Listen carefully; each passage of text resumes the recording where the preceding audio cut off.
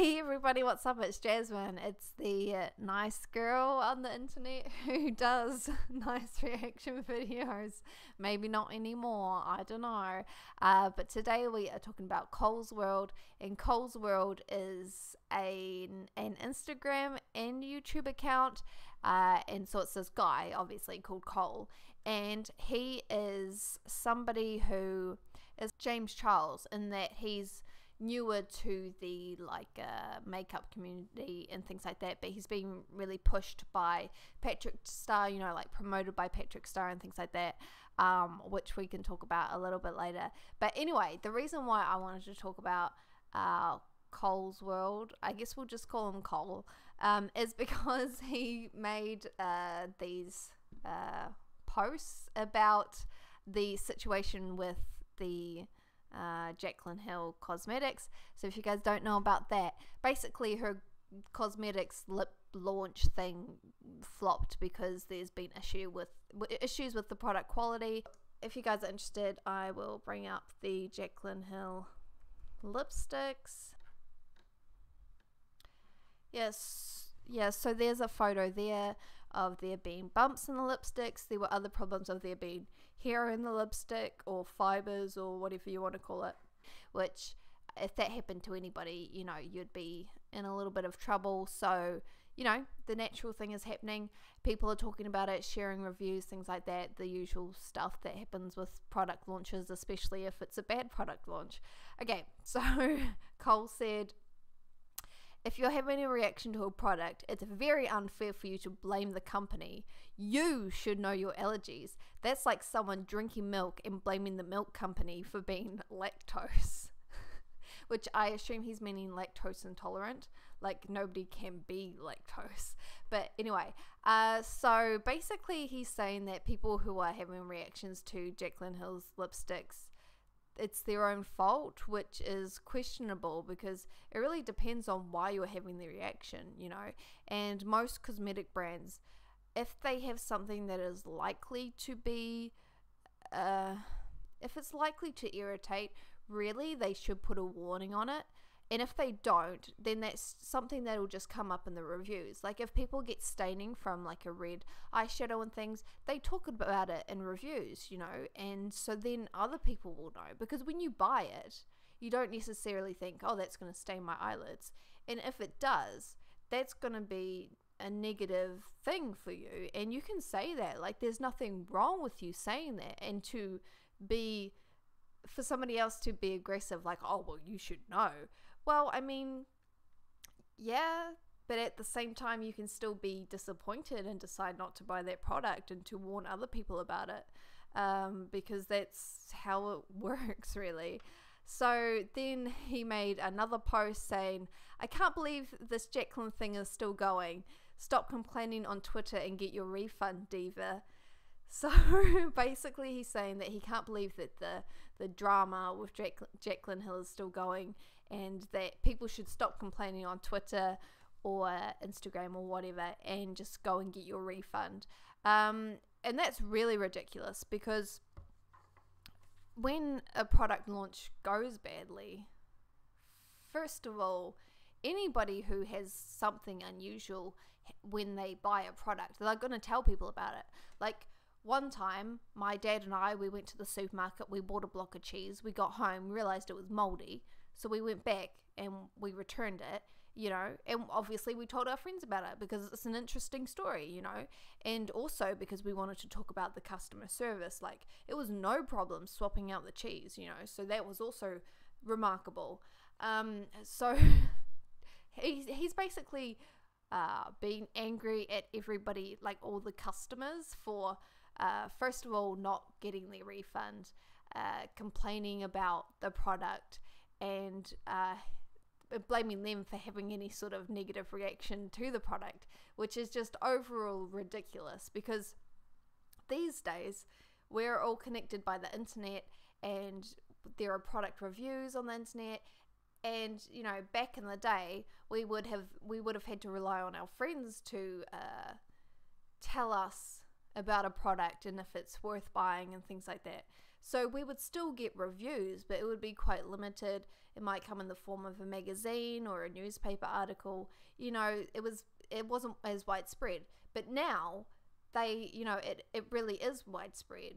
And that doesn't mean that we're going to stop talking about it. Like, we're still going to share our reviews. It just means it's going to go a longer distance. So Cohl, he's just basically being really anti-community in a way, because he's wanting people to just shut up, go get their money, and just stop talking about it. But even if everybody did just get a refund, it would be good for them to talk about it, to warn other people, like, don't bother buying this product because it's contaminated. And I have seen some of the videos where people have reviewed the products, and they've said these products have problems, but you should still buy them because they're good quality when they're not damaged. And I'm thinking, no, they shouldn't buy it, because there's an obvious issue, a reoccurring issue with the manufacture process. They shouldn't buy it. They should wait until these problems are fixed and then maybe buy it, you know. But when they fix the problems, it could be a completely different product. So they shouldn't be endorsing it at all. But I can understand that people want to lessen the blow and sort of say, like, oh, if they were better, then, you know, go for it. But you don't know. Like, you don't know if they can be better and if they were changed, if you would endorse them. So I think that that's a bit jumping the gun a bit. And as it is, I think we should say, I would recommend not to buy the product because there's some obvious issues, and it also seems like there's a little bit of denial going on, and it's all very unclear. So I wouldn't recommend that anybody buys it. I haven't even tried it, but I would, yeah. Anyway, so this is where the roast comes to, because I was like, who is this Cohls World guy? Because I had heard of him. I had seen him in some like Instagram stories and things like that, and it's very much like him being promoted by Patrick Star, and it's just he's basically just like the new guy on the block, basically. And so one thing that I thought was really quite funny, which is well, okay, so you see the photo there, that's him having a good time and everything, got his banana and all that. But then I noticed he actually looks a lot like Kris Jenner. He's got like this really like middle-aged woman look going on. So I mean, heavy makeup, I don't know if it's all that it's cracked up to be. Like, this one is like super, like, wow, they look the same, but you can say that it's because of the eyeshadow and the same lip color. But yeah, I just think that he looks like a middle-aged woman, and yeah. I think that that's something that is a little bit of a problem with these beauty gurus, because they're layering so much on that it just takes away from their natural beauty, you know? So like, I mean, this could be anybody if you slather enough foundation on, and maybe that's the point. But it's kind of unnerving, and I think, you know, this is a young guy, but he looks like a middle-aged woman, and, you know, why age yourself like that? Why would somebody, I mean, look at him. He looks like he's, you know, 40 years old, just had a big business meeting and is going home now. I mean, I don't understand it. So that's probably the biggest roast I'm ever gonna do. But then the next thing was, so here's him being promoted by Patrick Star, and I just thought that this image was so funny, because it's like, I think that the caption about this was that Patrick Star was like, you know, their mum slash manager and things like that, and so they're like a family, because the other guy in the photo, he's also being promoted by Patrick Starr as like an up and coming makeup artist. And I was thinking like, oh my gosh, imagine if I did a photo shoot like that with my mum. Like that would be so weird, like tops off ladies. And so it was just like, the beauty industry is just so ridiculous. Like, what is this? Why are these people looking like middle-aged women? And just, what's going on? Why? Why is this a thing? Yeah, so that's my roast. I don't I don't know what's going on, but I just thought, you know what, these yeah, the beauty industry is like in another world, you know, where making yourself look 20 years older is the aim of the game, and you shouldn't share your opinions on products.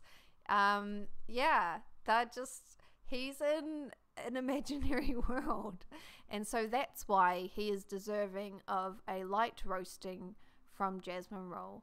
But yeah, maybe I'll go watch his videos, see what his personality is about, but right now it's seeming like it's a little bit in La La Land. Yeah. Anyway, that's going to be it for me today, guys. I will leave in the description down below my link to my t-shirt / design page on TeePublic. I've been designing my own t-shirts to sell. At the moment, I've got 2 cat designs and 1 octopus. So, oh yeah. But yeah, you can check that out. Links in the description down below. Give this video a thumbs up, subscribe, all that sort of stuff. I hope you guys enjoyed this video, and I'll see you all next time. Hey, dog.